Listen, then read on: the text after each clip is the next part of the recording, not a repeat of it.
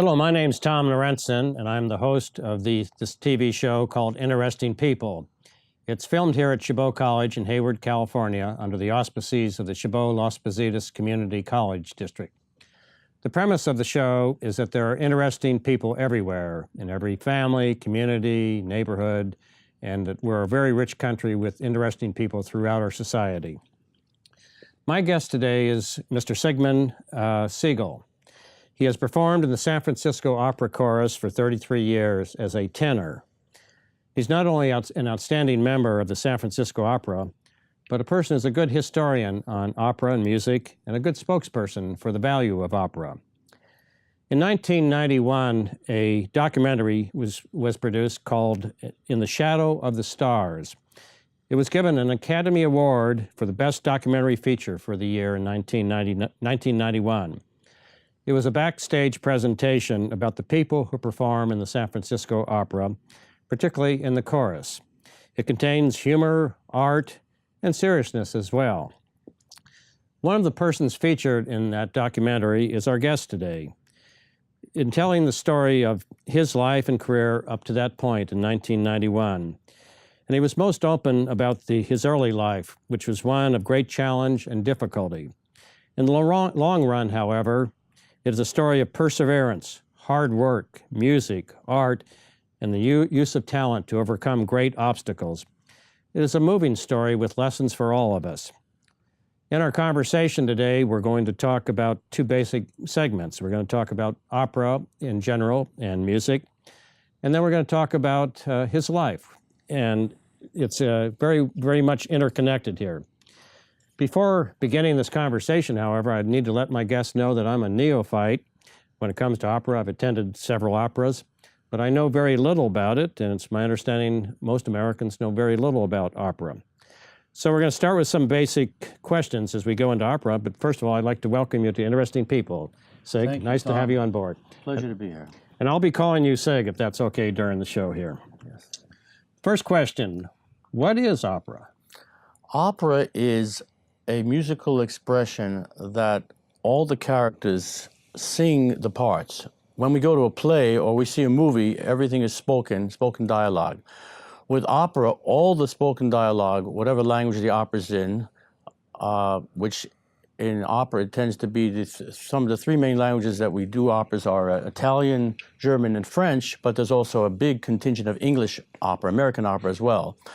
All the characters express their feelings by singing the parts. There is no spoken dialogue, and the singing voice has a way of expressing and moving people who are in the audience, if they are focused on the opera, to incredible feelings of tears and emotion, and brings back a lot of amazing memories. Sig, when we talked earlier, you gave me an interesting statistic. You said no more than 3% of Americans have ever attended an opera. Is that an accurate estimate? It is definitely an accurate estimate in America. And what it is it's just the fact that people do not know opera, and perhaps it's a little bit daunting. They think of opera as something foreign because often the languages are in Italian and French. But we have now the benefit of an amazing thing happening where an opera company like the Metropolitan Opera or the San Francisco Opera, where I sing, we now have movies of the operas with subtitles, and the clarity of the HD screen and the sound systems are so amazing that people are flocking to the movies to see these operas. And we are now even performing once a year free of charge to anyone who wishes to come at the AT&T ballpark. We're doing one opera a year from the stage of the San Francisco Opera. We have the next one July the 5th, La Traviata. Let's go back. When was opera first created as an art form? What's the history of opera? When did it begin? Yes, the history of opera came out of Italy, out of Florence, basically. And originally, the nobility was hiring people to entertain at their private affairs and their parties and their functions at the courts of different places in Italy. They would do plays, and then they would have people with the lute and other singers sing incidental music with the plays. And then someone came up with the idea of why not coordinate and combine the spoken messages and make them into a play which is sung throughout. And one of the first examples of considered the father of opera is Claudio Monteverdi, and he wrote the first opera. It was Orfeo, and I believe it was in early 1600s, perhaps 1609. And he is the story of the Greek legend of Orfeo, who loses his love Eurydice in the underworld and tries to go back and get her. So the first opera really, as we know, opera completely sung throughout with instrumental accompaniment was in the early 17th century out of Italy. So opera is, in a way, a child of the Renaissance, in a way? That's right. It is a child of the early Renaissance, coming out of, there were the troubadours who used to go around the countries and entertain. It's no different than the struggling musicians of today trying to make a few dollars, and they would try to go to people who would have money and entertain them and sing beautifully with a lute, or perhaps with, there was an early, before the piano, there was, of course, the harpsichord, and before that there was the clavinova, and not the clavinova, excuse me, clavichord. And so they would sing these songs and try to get the nobility to love the music so much that they would keep hiring them again so that they would have some employment. So opera was birthed in Florence in Italy, and then was transported to Germany and other places in Europe. Yes. And tell us a little bit about that. Yeah, well, as the music travelers from other countries, let's say from Germany or from France or even from England, would come to Italy and they'd hear about this beautiful music or hear the music, they would say, can we bring back this music to our country? So they would get people to come to Italy to study some of the forms of the writing of operas, and they'd go back to Germany and they'd start composing their own operas in German or in France, in French, and in England as well. And then we start a tradition where opera, we have a tradition of Italian opera, German opera, French opera, and English opera. One of the greatest opera composers in Great Britain is George Friedrich Handel, who is famous for The Messiah, of course, and many other compositions, but wrote at least 25, 30 operas that are done throughout the world today, George Friedrich Handel. At what point did opera come to North America, particularly to the United States? Opera came as immigrants came to the United States. They brought with them their loves of art and music. For example, in San Francisco, we have a history of, in the 1850s, right after the gold rush, Italian immigrants coming to try to make their fortune missed the traditions of Italy, whether they were food or the folklore, and they missed their operas. So they would invite visiting opera companies. The Italians who started to make some money would engage the visiting singers to bring them over from Italy, and they would start to do operas here. And at one point, San Francisco, at the turn of the early 1900s, had 4 different opera houses. Opera is very well established in San Francisco from the early 1850s, and I'm proud to say I sing with one of the great opera companies in America, which is the San Francisco Opera. But the history of opera comes with the immigrants from their cultures, whether Italian or German or other countries, who wanted to hear their homegrown music in the New World. To what extent has opera spread to other parts of the world, whether in Asia, South America, Latin America, to Africa? Has there been any spreading of opera? Well, let's start with South America, which has a very famous opera house, the Teatro Colón in Buenos Aires, where Caruso sang and touring groups throughout the world from Europe had come. So there is a tradition of opera in Argentina and in Mexico City, which has a wonderful culture and beautiful music, where touring singers came from Italy. Some of the famous, the Garcia brothers and their singers came there with singers to tour. Not so much a tradition of Western opera in India, although India has phenomenal music, since my wife and I were just in India for a few weeks and we heard some wonderful music there. But I can't say that Western opera is in really India or Africa. It is in South America, and it is in the Middle East to some extent. There was a great opera house in Tehran, Iran. I'm not sure it's there anymore. And Verdi, the great composer Giuseppe Verdi, who wrote Aida, he premiered the opera Aida in 1871 in a brand new opera house in Cairo, Egypt. and I believe they still have an opera house there, but the politics have changed, so I'm not sure they're welcoming Western opera as we know it. What can an opera do that other forms of entertainment and singing and voice cannot do? What makes it distinctive? Here's a great example of what I believe opera can do. My wife Karen works at the San Francisco Opera Gift Shop. We were doing an opera called Die Tote Stadt, a German opera by Erich Korngold, and the translation of that is The Dead City. In this opera, which has incredibly gorgeous music, it is about a man who loses his wife through death, and he falls in love with someone else who reminds him of his wife and sings this most beautiful music to her. Men were coming out of the opera in the intermission in tears, and at the end of the opera, because it reminded them of loves they had lost and people they had cared about. It was just unbelievable. I have sung at concerts where people come up to me in tears saying it's the most beautiful singing, not just my singing, but the way I create the story. So opera has a way, because of the quality of the singing voice, of the human voice, of which every person has a different quality. It's like having your own Stradivarius if you train right and connect all the dots. And people can be moved to laughter, to tears, to memories, deep feelings of people they'd forgotten that the operas or the stories of the operas with this gorgeous music remind them of.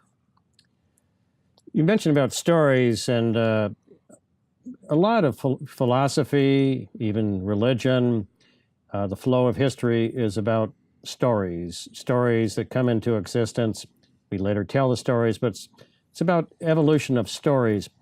Give us a little insight in terms of the role of stories relevant to opera and why the emphasis on voice as opposed to more narrative. What gives the value there? For example, a great example in the tradition of Russian opera, of which there are great music. Modest Mussorgsky wrote an opera called Boris Godunov, and there it's the people of Russia rising up and pleading for help and for bread in the midst of the czars and the terrible fighting that has gone on in Russia.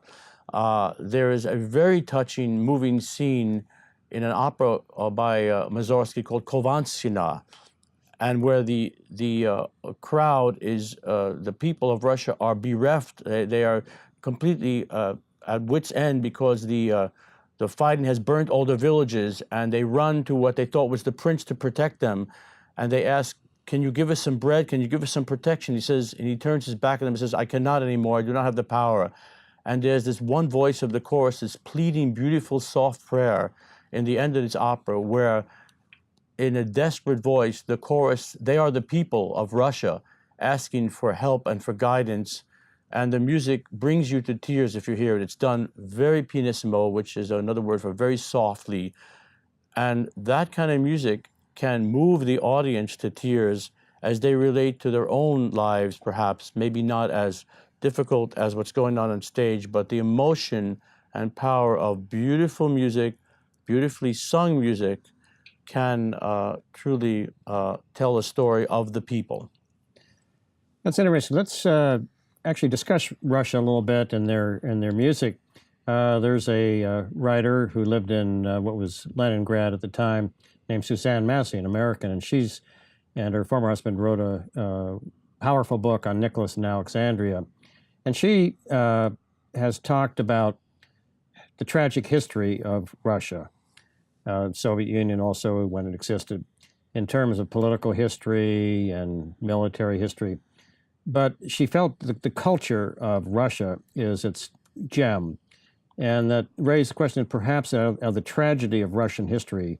This great culture has come out of Russia, whether it's in the Bolshoi ballet or poetry or writing like Tolstoy. Do you feel that there's some truth to this regarding opera in Russia as well? Russia got a lot of its connections from Europe because they had people who, the nobility, could travel to Paris and observe the music, and they even sent some of their younger singers to Italy to study. There's a tremendous wealth of talent in Russia and in the people who write the music, and We used to do one major Russian opera a year at the Opera House, and it was very moving. There is a tremendous connection to Europe and the culture of Europe in Russian singing and folklore. Interesting. We're going to pursue that a little bit further, but we're going to take a short pause to have a public service announcement for this program. A massive earthquake has rocked the city. Worst natural disaster this region has ever witnessed.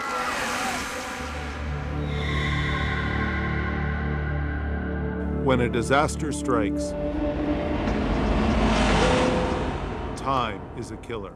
The UN Central Emergency Response Fund jumpstarts relief efforts, which saves lives. Help us help in time. Donate now at rapiddisasterrelief.org. People of Iceland know how to live. The men are #1 in longevity in the world, and the women are third.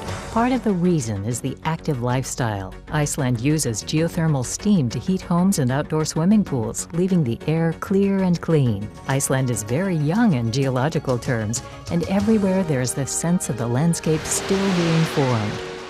There are 10,000 waterfalls. Iceland, pure, natural, unspoiled. Come see for yourself. Now is our time to work as one. To create something beautiful. To start again. To ease a burden. To provide hope where there was none.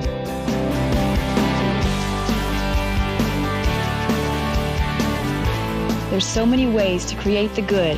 What will you do? Start creating the good by visiting iparticipate.org.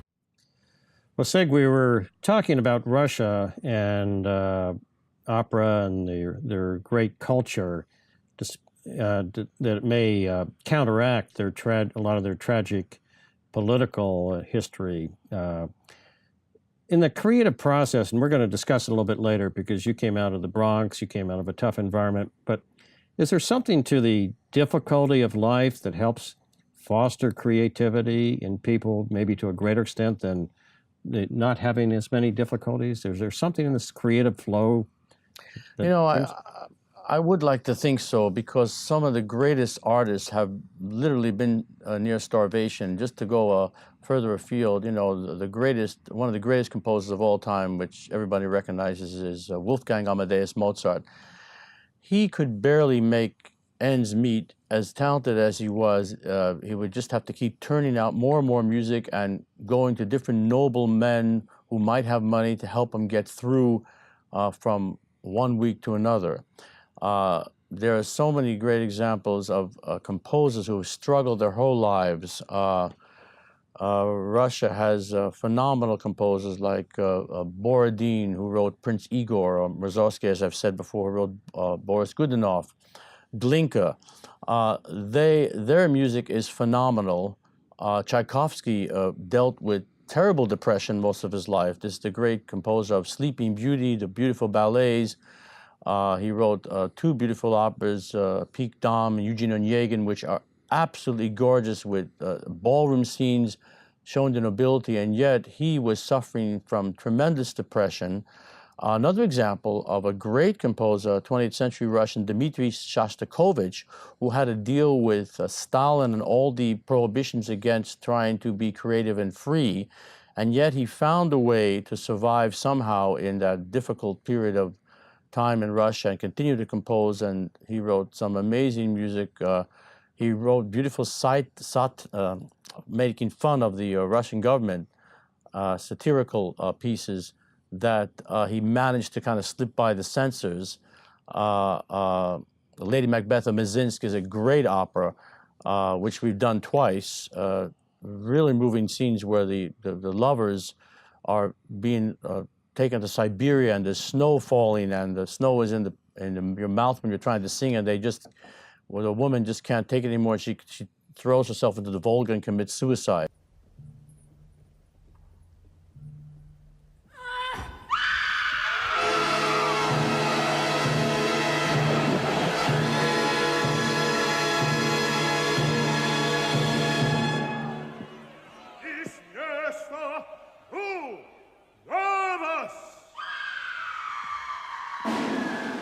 So a lot of those stories that these Russian composers have written in their operas, based on a lot of truth, is based on their own difficult struggles to try to eke out a living, not just financially stressed, but under a political government that censored everything and watched every move you did. And if you dared speak against the government, even with your music, you could be taken before the Supreme Soviet and either put in prison or sent to a gulag, perhaps killed. Is opera in a way potentially, or maybe a way, a philosophy in a way, not a formal philosophy, but an approach to looking at life in a philosophical format? Is that in part what opera is? Well, for me, it kind of is, in that opera saved my life. My philosophy is, if it wasn't for music, I might not even be sitting here talking to you. Yes. I grew up in the South Bronx, 173rd Street and Southern Boulevard. Tell you what, we're going to come back to that a little bit later, because Okay. your story is, to me, such a fascinating story and a deep personal story. And I want to be able to talk with you at length on that. But I'd like to stay a little bit more on opera for right now, and then we'll come back to your personal story. But where does opera fit in terms of importance, say, in American culture and culture in general? Where does it fit in? Because we have Broadway, we have movies, we have television. Where does opera fit in that contexture? You know, I wish I could say that it fit in a stronger way. We are a leading producer of phenomenal movies and Broadway shows. American musical theater is regarded as the best in the world. Perhaps because opera is seen as a foreign import from other countries, we haven't been able to embrace it in the same way that I wish we could. The interesting thing is, even though opera originated in Italy and other countries like Germany and France, the leading singers throughout in the international world of opera, almost 50% of them are Americans. We had the most famous Leontine Price, Lawrence Tippett. The older singers, we have produced Renee Fleming and Joyce DiDonato. We have great talent in this country, but unfortunately the population, for many reasons, has not been able to connect with opera in the same way we do with movies and theater. And I think there's a way perhaps we can pursue it. Certainly the movies are helping, making them more available to people who cannot afford the expensive prices of some of the tickets. But you can sit in a movie theater with phenomenal sound and have a live from the Met production or live from San Francisco for $20, and your seat is so close, the screen is so enlarged and beautiful. That's one way I think we can attract more people to go to the opera. And then the other way, perhaps, that Americans can get more involved is by having music in some way put back into the school systems. I know they're out of the public school systems because of budgetary reasons, but I think it's a tremendous mistake. I think what we're doing at San Francisco Opera, I know, is busing in different kids from different parts of the city and out of the city to come to dress rehearsals where they can observe an opera firsthand, free of charge. And what's so great is we will often do an opera, let's say it's The Barber of Seville. We would do it for the full evening performance in Italian, but for the kids, we will do a shortened version in English. And the same music, glorious music with some of the great singers, just in a way that's more accessible to young people. And I know I've talked to young kids who've gone to the opera for the first time, and some of them just completely connect with it. I mean, that's how it was for me. And just exposing the art form of opera to a lot of young people in new ways, through the movies, through English shortened versions of opera that have the same music, to really inventive, adventurous stagings where they see young people up there and children up there. There are quite a few operas that have children's choruses and children's parts. And if kids can relate to other kids on the stage and they can connect, who knows, the future of opera may be brighter indeed. That's interesting. I was just reflecting upon my own life and knowing when I was younger, I loved sports, and it was basketball and football and baseball, but soccer was that European thing. And opera, as you just sort of described it, sounds like sort of that European thing here in America, but now soccer is ubiquitous, and it's a the most popular sports in America, and maybe at some point opera will become the new soccer when it comes to music in this country. Well, we do have some fabulous composers of American opera. I mean, comes to mind immediately is Leonard Bernstein's West Side Story, which I consider a great opera. Another one that the San Francisco Opera has had great success based on the American author Herman Melville's Moby Dick, and we just did a production that is phenomenal of this opera. Just happen to have the video here of a Moby Dick. That is such a real story with blood and guts and conflict, written by a fabulous composer that's local, Jake Hagee, and proud to be in his opera, Moby Dick. And we've made a DVD, and it's starting to be featured all over the world. And the DVD, and it was shown on PBS, was just phenomenal to see this, this wonderful American opera just written very recently. Can you elaborate a little bit further on that? Because Showboat, in a way, is considered a contemporary form of American opera, taking Melville's great book on Moby Dick into an opera. West Side Story, as you discussed with Bernstein. Is this a more appetizing, in a way, form for opera to take in the United States? Is a more popular, street-savvy way, in a way? Or? Yes, I think if we can mix a really high-quality American music and opera, whether it be Showboat, which we're doing at the San Francisco Opera, and a phenomenal production of staged by Francesca Zambello, or whether it's a brand new opera like Moby Dick, which is exciting and full of passion and kind of the blood and guts that you would expect from a movie, sung very well by the cast, especially J. Hunter Morris as Ahab, and or something a little further earlier, something like Bernstein's West Side Story, or, for example, Sweeney Todd, which I think should be done at opera houses with great singers. And I think we may be doing that at some point in the future in the San Francisco Opera. If we can start introducing some more contemporary themes, perhaps we need to bring up something of maybe some music is being written in Mexico or South America that can be incorporated into the opera and bring people into the opera house who would not normally go. And once they see something that moves them, perhaps they'll go back for something more traditional, like a La Boheme. I think a combination of bringing in new American works, maybe new foreign works. I know we're doing an opera based on the movie with Sophia Loren, Two Women, which is going to be done in Italian in, I believe, a year from now. So perhaps the movies can give us inspiration, the movies and just culture, everyday culture, to have composers out there writing pieces. One of the most recent ones was Streetcar Named Desire, which was made into an opera that was based on the movie. Mm-hmm. That would help. One of the oddest operas that captured my attention that I watched recently on a DVD was Nixon in China. Whoever would have thought that Richard Nixon and the opening of China would lead to an opera? Does opera also then, like with this, give an opportunity to interpret historical events or periods of time in a way that is unique? You know, I think it gives us a great opportunity. There's a lot of major historical themes that have never been written into operas. Perhaps people are afraid of going. I mean, we've never had an opera based on the life of Adolf Hitler or World War II, or the most recent events even in Burma or other places that have seen great violence in Asia, or perhaps nobody's ever written an opera. I'd love to see this, of the partition of India, in 1947, when the British gave up control of the country and it was split into Pakistan and India. And just think of the life of Gandhi, which actually is an opera written in Sanskrit.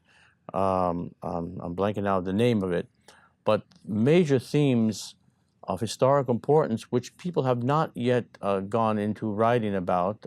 Maybe it's too close. You know, some of the presidents, whether we like them or we don't like them, certainly are controversial and would be great for operas. Boy, that's an interesting idea. I never would have thought of that. We reference Nixon in China, but an opera on Adolf Hitler? Boy, there's There's a lot to bring out there. One of the greatest human tragedies in human history. And of course, there could be a lot of protests from all kinds of groups who would be offended left or right or center. But it would be worth a try for someone who was brave enough to write even just part about what went on in the world when Hitler was in power. One of the last times I went to the San Francisco Opera, the subtitles now are being used more commonly, and I know it was helpful to me, particularly to help understand and follow the opera. Tell us about the introduction of subtitles, where that began and its impact. Subtitles actually began right here in San Francisco, and I can't remember the names of the people who came up with this brilliant idea. And they've made opera way more accessible to people to come to the opera and know what's going on in the opera instead of having to study and worry about the foreign language. Subtitles are now used universally in all countries, no matter what their language. And I have a very interesting story. My wife and I were in Barcelona to see an opera, an Italian opera. I believe it was Maria Stuarda. And the subtitles were first, the opera's in Italian, but the subtitles were first in Catalan and then Spanish, because the main language of Barcelona is not Spanish but Catalan. And I had a little screen in front of me, and I kept pressing the buttons, and I finally got English. But fascinating that here is in Spain, an Italian opera is translated first into Catalan, the native language of that region, and then into Spanish. And subtitles are even used in English operas because sometimes in the very high notes, the singers cannot be understood because they're trying so much for a beautiful sound that they often cannot pronounce the consonants, or it gets in the way of the vocalism. So sometimes we even have subtitles in English operas, American operas as well, British operas too. Well, I think most of us lay people, when it comes to opera, are indebted to the San Francisco Opera then for introducing subtitles to help us follow and understand things better. We're now going to make a brief pause here as we go for a public service announcement. It's our duty to serve veterans and military families who serve their country in the most difficult ways imaginable. Together, we can say thank you in so many ways. Small acts of kindness mean more than anything. With our support, veterans and military families can face even the most difficult challenges. Let's honor their service with ours.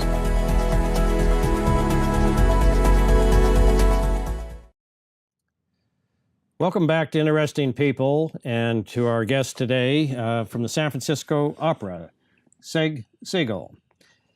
Sig, in the first part we talked, first half hour of the program, we talked a lot about the opera, about some of the technical things, but the philosophical approach, the overview of opera. And the second part of the program, we're going to continue on that, but we're going to talk about something else, and that's about you and your life. And I take the liberty of calling it Sig's Opera. And as we've gotten acquainted over the last couple of years, your life is a truly fascinating life and involves a lot of things, a lot of difficulty and tragedy and overcoming tremendous odds. And I think it's a very touching story. But let's start with, I was born in Brooklyn, New York. You were born in the Bronx. Right. Tell us about your early years in the Bronx and your childhood. I was born in the Bronx. We lived in the southeast Bronx on Southern Boulevard near Tremont Avenue, Crotona Park. I think some people know where that is. And my father left us, my brother and I, and my mom, when I was 2 years old. I never saw my father in my life. He was a gambler, and my mother had almost no money to raise us. And my mother also, unfortunately, had mental problems and was very unglued about life and didn't function very well. So we're here in this quite dangerous neighborhood, for us at least, in the South Bronx. And I was actually mugged twice in the South Bronx there by some young punks. And so we're growing up in this difficult environment. And how can you build a life? How can you get out of an environment that's so hard? I know there are sports that often people can get out of very difficult environments. But for me, it was music. So my mother sang. She had a lovely singing voice and used to sing songs out of the window, the old style of the 20s and the 30s, Blueberry Hill, You Said You Loved Me, Blue Moon. And I heard her voice, and it kind of got into me. And I got into the junior high school, elementary school choir, and then I joined the junior high school choir. And I only really knew 2 songs then. I knew "Lonely Boy" by Paul Anka, or rather sung by Paul Anka, and "Moon River," which was often sung by Andy Williams. So at a talent show, they said, "Who wants to get up and sing?" And I volunteered, and I was very nervous, and I sang "Lonely Boy," and everybody applauded. And then I heard that there was one way I could probably get out of the Bronx, and there was a special school in Manhattan called the High School of Music and Art. It's connected to that other famous school called the Performing Arts, High School Performing Arts, in the TV serial and the movie Fame. But I only knew 2 songs. So I sang "Moon River," and they accepted me. So I get into this high school, and it was in the High School of Music and Art, which, by the way, was in Harlem in those days. It since has moved to behind the Gazette, and I was mugged there as well. So it's 3 crimes that I've survived. And it was at the school where they put me in a solo voice class. They gave me my first solos in concerts and an opera. And I started singing some opera at the High School of Music and Art in concerts, and also went to my first opera at the Metropolitan Standing Room, which was, in both cases, the Magic Flute. I was put into the Magic Flute as the role of Tamino before I actually saw the opera at the Metropolitan Opera. You know, I was born in Brooklyn, but raised out here in California, and we spent some summers back in Brooklyn when my dad could afford us to send back there to stay with relatives. And I have a lot of good memories about Brooklyn, but Brooklyn was also a tough place. We always considered the Bronx to be even tougher. And there was a movie done with Paul Newman called Fort Apache, the Bronx. Is in the documentary that was done, received the Academy Award, where you're one of the persons featured in there. There were some, you walked around there and it looked like Fort Apache, the Bronx. Is that? Well, what we fair? did there, the filmmakers, lovely people, very talented, Irving Saraf and Ali Light, made this wonderful movie about called In the Shadow of the Stars, about the chorus, the people who are in back of the big soloists. And we all agreed to go back to the Bronx, where I grew up, and it wasn't quite Fort Apache, but not too far away from it. There were sections of really rundown houses right near the 174th Street subway stop in the Bronx, East Bronx. And I drove the car because they didn't know exactly where, and they filmed out of the back seat of the car. We found some really rundown buildings and neighborhoods, and my particular apartment building was just rubble with, you can see it in the movie, with tires and garbage all over the place. And so they filmed that part of where I did indeed grow up, and it's in this movie, In the Shadow of the Stars, which features many of the people in the chorus, as well as myself. I'm one of them, and shows the incredible work that the chorus does with the wonderful productions that San Francisco Opera produces. As a kid, I used to like to watch Friday night at the fights and go over to a neighbor's house and watch it. And I thought it was uncanny. I asked this neighbor one night, I said, it seemed like an inordinate number of fighters that fought professionally came out of the Bronx. And I asked him one night, and I must have been 10 years old, I said, do all the fighters come out of the Bronx?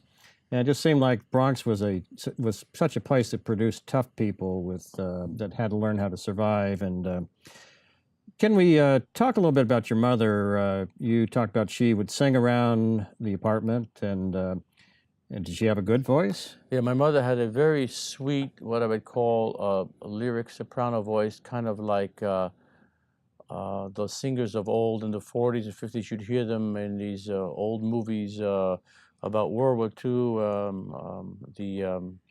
What are those? I can't remember the name of the sisters, the famous Andrews sisters. And she probably could have been one of the Andrews sisters. She had just a very sweet, pretty voice. I wouldn't say that she had a large enough voice to perhaps sing opera, but I heard these sweet sounds, and I vowed to myself, without realizing it at the time, that whatever I could do, I wanted to make really beautiful sounds with my voice. And if I was lucky enough, perhaps I could almost make a living with my voice. You know, one of the greatest singers who I admire immensely, and so does everyone who's ever heard him, is Frank Sinatra. And even great opera singers have been attendants in his final concerts. I remember seeing a video of Pavarotti and Domingo and Carreras in the front row watching the Frank Sinatra concert in the Hollywood Bowl. So great singing doesn't have to be only operatic singing, but great singers are produced when people care enough about making the most beautiful sounds that can appeal to the public, whether it's in jazz or pop, Broadway, or opera singing. So it was your mother's singing in the apartment, her voice, that you heard something that you liked, Yes. and you decided that was perhaps a mechanism for you for your future. Right. How old were you when you think you came to that conclusion? Well, you know, like a lot of kids in the Bronx growing up with the great New York Yankees, at first I wanted to be a baseball player like everyone else. I just didn't have the talent for that. And I thought about being a fireman and maybe an astronaut, but they were unrealistic.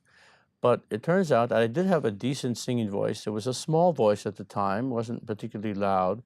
And I thought, and once I got into this high school of performing arts, I thought maybe there's a chance that I could be a singer. I didn't know if I was going to be an opera singer, but I knew I liked to sing. I knew the competition is insane to be a successful singing musician.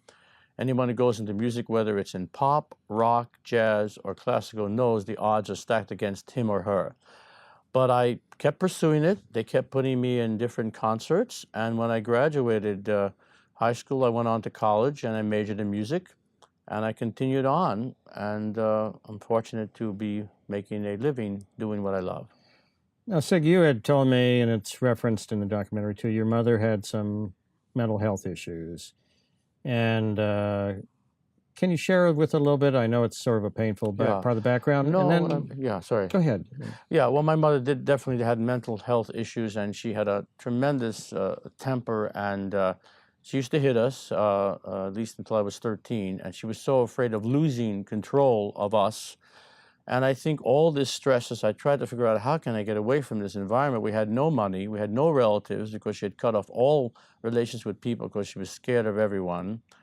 And so I finished my first year at college. It was all the way out in Queens. Flushing, New York is where Queens College is. And it was about a 2.5 hour ride on 3 subway trains and a bus. And finally, I had the pressure of trying to get up at 7 in the morning and stay at school the whole night and to avoid coming home to have to deal with my mother. I did have a nervous breakdown when I was 18 years old. And I was put into a hospital there. First, I was put into Jacoby Hospital up in the Bronx for a short-term stay. And the doctors decided I needed a much longer treatment plan. So I got into a psychiatric institute at Columbia Presbyterian Hospital, which is on 168th Street. And I was in the mental institution for almost 2 years, 22 months. I entered when I was 18 years old. So I entered the institution in September of 1968. And I got out about 2 years later in October. I'm stating it wrong. I got in October of 68 and got out September 1970. And I had some good doctors, but I had all the drugs you can imagine, thorazine, stelazine, Mellaril, lithium. The lithium is what helped me. And I also had shock treatment. I had 20 shock treatments, which actually helped me finally come around. I know there's a lot of people against shock treatment, but for me personally, that shock helped me get over tremendous difficulties and depression. And I finally got myself out of the institution, continued my therapy, went back to college, got my bachelor's degree in music at Queens College, and got a full scholarship in voice at Stony Brook University in Long Island. I got a master's in music there. When you were in the mental institution dealing with the issues, where did music fit in to help you find a way back to a good life? Music really, truly saved my life. I was in the institution. I was singing there, full voice, and trying to remember all the songs I knew. And it got so loud, I guess disturbing to some of the other patients that they asked me the doctors asked me to shut up and quiet down. But even in the mental institution, you'd be amazed what you can find. I found this old 78 recording of a fabulous American tenor named Richard Crooks, who was singing an aria from an opera called Manon, and a French opera by Massenet. And there's a beautiful song, Le Rêve, The Dream, that I really enjoyed listening to, and I do sometimes use that as auditions. In the Academy Award-winning documentary In the Shadow of the Stars, there was a lady in there that made the comment, she said, "Opera found me." It sounds like it sort of did with you. Did opera find you, or did you find opera, or a combination of this? You know, I think for me, it's sort of a combination. Singing found me, or I found singing, but I didn't know that it was going to be operatic singing. My voice, it turns out, lends itself much better to classical music than to any other kind of pop or jazz. And even when I am asked to sing songs like popular music songs, they just don't, in my mind or my ears, sound as good as when I sing classical music. I've had the most success in classical music. I continue to be hired not just by the San Francisco Opera, but by churches and synagogues, and I do concerts outside of the opera sometimes. So my voice, for whatever reason, is honed to the classical repertoire of the kind of music works best for my singing voice. And so your voice and music became, in a way, your salvation in life. And how did you, you talked about when you first sang and how people responded. How did you train your voice, both personally and any professional training? Tell us about how that evolved over the years that followed right there. Yes, in the High School of Music and Art, we're very lucky. We had group voice lessons there, and we had theory and piano, and we were put into different concerts and coached by the teachers there. And then most of the people were taking private voice lessons on the side, which I think is essential to being a good singer. I didn't have the money for that in those days. But finally, I somehow convinced my brother to put together a few dollars, and I took a few private lessons when I was in my senior year. But I really didn't rely on private lessons. I just relied on what I could learn in the music school, in the high school.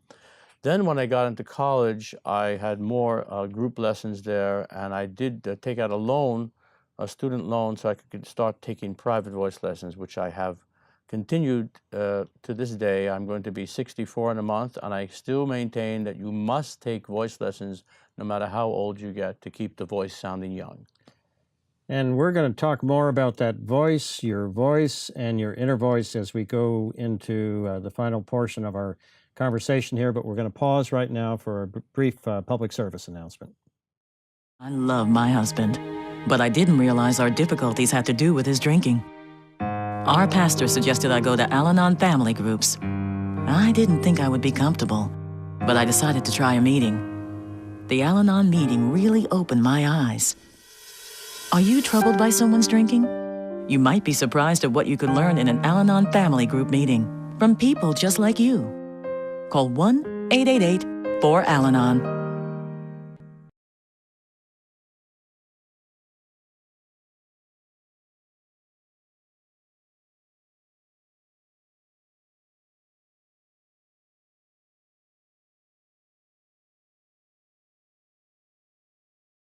Welcome back to Interesting People with our guest, Seigel. We were just talking about your voice, your inner voice, and your singing voice. Could you share with the audience, just for take 30 seconds or a minute here, and pick something out of an opera and let them hear a little bit about your voice? Surely. I'm going to sing something from an opera called L'Elésie d'Amore, or The Elixir of Love.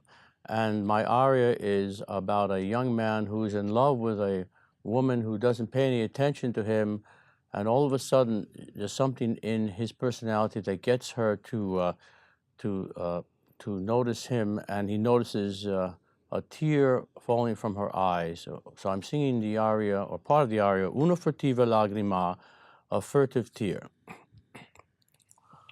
Una furtiva lagrima negli occhi suavi spuntò, quelle festose giovani invidiar sembrò. Fantastic, Sig. With that voice, now I certainly know why you're singing at the San Francisco Opera. In going back a little bit, you auditioned, I believe, a number of times with the New York Met and the old New York City Opera. Tell me about the auditions and what happened there. Yes. Well, anyone who is in classical music or any kind of music knows how many times you try to get a job, an audition, and how competitive it is and how difficult. First of all, there are a couple of hundred people against you when you're auditioning for those big auditions in New York, whether they're Broadway or opera. So I started auditioning for the New York City Opera for the chorus. This is just for the chorus, not to be a soloist. I auditioned 7 different times, and I got 7 rejections. That's for the New York City Opera. Then I auditioned 3 times for the Metropolitan Opera Chorus and got 3 more rejections. So now I've been auditioning from my early 20s, and I'm now 31 years old. And what am I going to do? Well, I hear I'm singing in the chorus in a company called the New Jersey State Opera in Newark, New Jersey. And I hear that the San Francisco Opera is going to expand their opera company chorus to a full-time position from what's just a part-time. So that means they need to hear and hire some more people, because the people who have the full-time jobs may not want to go into the chorus because it doesn't pay that much. So they come to New York City, and I auditioned for the San Francisco Opera Chorus, and I did sing. One of the pieces was what you just heard, Una furtiva lagrima. Another one was a Mozart aria. And I finished my audition, and they say, we'll let you know. And I'm just of the personality that I can't take any risks. I want this job very badly. So I called up every week from New York to San Francisco to the San Francisco Opera to ask if they had heard, if they could tell me. And they said, it's between you and 2 other people. And over and over, for 6 weeks I called up. And finally, on the last time I called, they said, yes, you're going to get a letter in the mail, and we are going to hire you. So I was able to quit my job basically as a bank teller, because I wasn't, nothing against banks personally, but my heart was not in it. And I did come out to San Francisco when I was 31, and I've been with the San Francisco Opera in the chorus ever since. I'm now entering my 34th season in the first tenor section in the San Francisco Opera Chorus, and I'm pleased and proud to be there. Sig, with your voice and with music, and it enabled you to stabilize things in your life and to have a wonderful career, which I expect will go on for a number of more years, hopefully. Can you talk with us a little bit about the relevance of opera and music to a couple things? One is health, physical and mental health, and spirituality. What thoughts can you share with us on these matters? Yes, in terms of what I've learned for myself is music truly did save my life in terms of how to continue with what I believe in and what I love in life. In terms of health, there have been quite a few studies made that show that people who study music or listen to music have a better outlook when things become very difficult. You know, let's say things are really bad for you, you've lost your job or your relationship breaks up. Often, where do you turn? Or maybe you just can't turn to anything except the radio. You put on one of your favorite pieces. It doesn't have to be classical music. And sometimes just listening to some beautiful music, whether it's a singer or a pianist or a cellist, can just inspire you and make you feel better about who you are. Certainly in terms of spirituality, and I mean this in the greatest respect, some of the most beautiful music that's ever been written has been church music. And I have sung in many, many denominations, from Baptist to Episcopal to Presbyterian. Some of the most glorious music has been inspired by religion and by belief in God, and it doesn't mean you have to be a believer in God to appreciate how gorgeous the music is that inspired the people who wrote these wonderful compositions. I mean, the Messiah is still a tradition that is done. It was written in the 1740s, I believe. I may be wrong on the dates. I'm sure someone will correct me. But after over 200 years, it's still the favorite Christmas piece that we hear. The Bach B minor Mass is overwhelmingly beautiful, and that was written in the 1600s. The Verdi Requiem is one of my all-time favorite pieces, and no matter how many times I hear it, I am moved by that piece. These are pieces of music that are written because of inspiration from spirituality or religion. And if we go further afield, or I'm no expert on this, let's look at the music written in other cultures, in India and China, that's often tied to, especially in India, let's say, to the religion, the Hindu religion, and just music and spirituality have a connection. And the same is true of the Jewish tradition, where it's some of the most beautiful cantorial music. I've sung in the Temple Emmanuel for 10 years as the tenor soloist there in San Francisco. It's incredibly gorgeous music written in the tradition of the service, which is often done in English as well as Yiddish and Hebrew.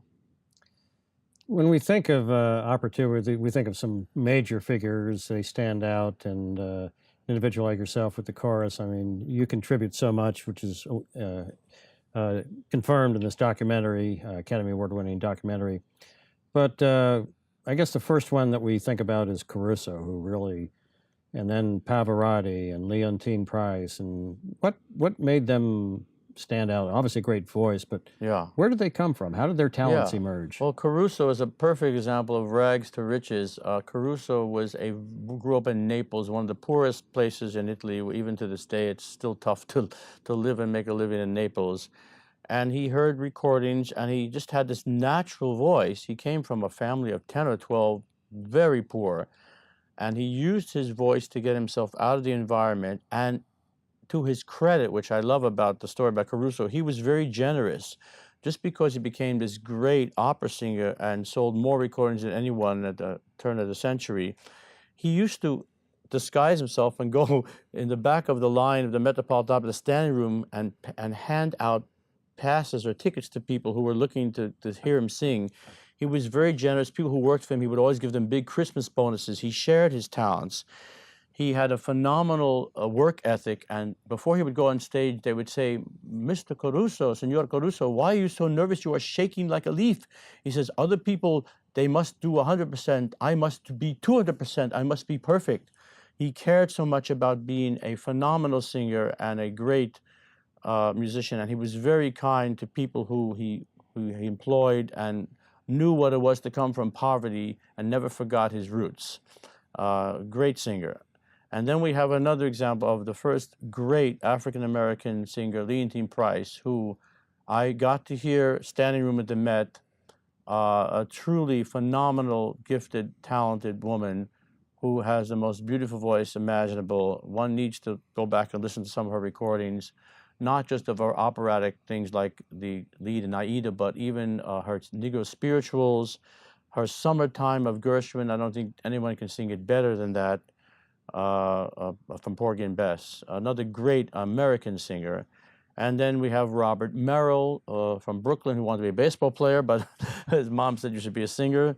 Richard Tucker, Jan Pierce. We have great American examples of great singers who equal the Carusos of the world. U.C. Björling, one of my favorite tenors. We have a Swedish tenor. We have Ettore Bastianini, a great baritone.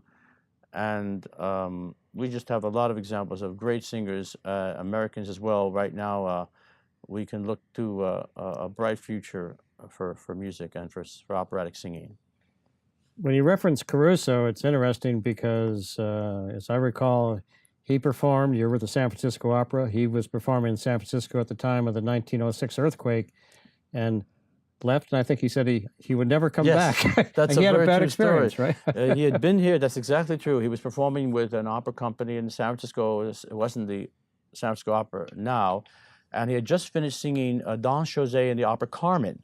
And he was clutching the picture of Teddy Roosevelt when the earthquake happened, and he ran out of the, he was staying at the Palace Hotel, which is still there in San Francisco, Market Street, and he was clutching a picture of Teddy Roosevelt, who just signed, he just had signed with the president, and he vowed to never come back again to San Francisco. He was so scared of the earthquake. The funny story is that Naples has earthquakes too, so he should have related to that, but he did sing in San Francisco, never came back here. And that's a true story. He was just terrified when the earthquake happened here. To younger people that might be watching the show, your perseverance, your overcoming personal and family difficulties, your dedication to having a career, and it was a long shot, I know. What can you tell young people that might look at this interview and say, I would love to be an opera singer someday? Yeah, Tell us how the challenges. This could also somewhat apply to other work. I believe to be a great singer or a great worker in any field, first of all, come prepared. Study the music ahead of time, know what you need to do, and show up on time, or even early, it's okay. You know, the joke about half the battle is just showing up is very true.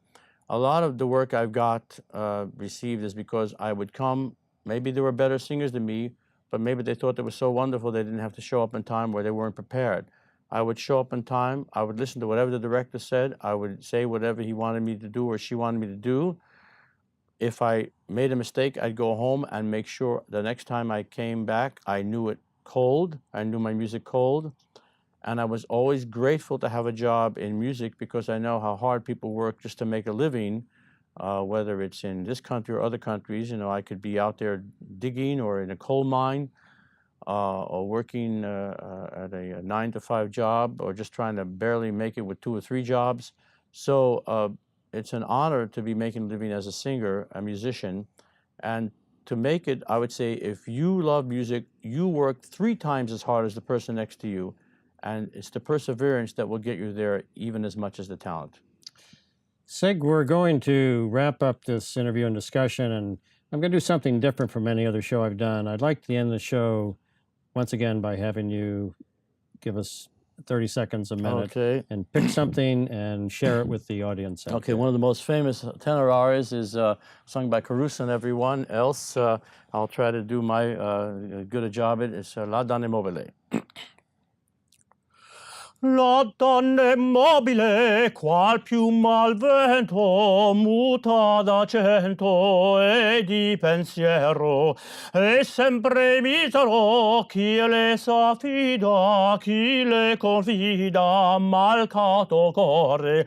La donna immobile, qual più al vento, muta da cento e di pensiero, e di pensier, e di pensier. Thank you, Sig. Your voice is an inspiration, your singing voice and your inner voice as well. It's been a privilege to have you on the show. Thank you so much. much. Thank you very much, Sig. Sig. Thank you.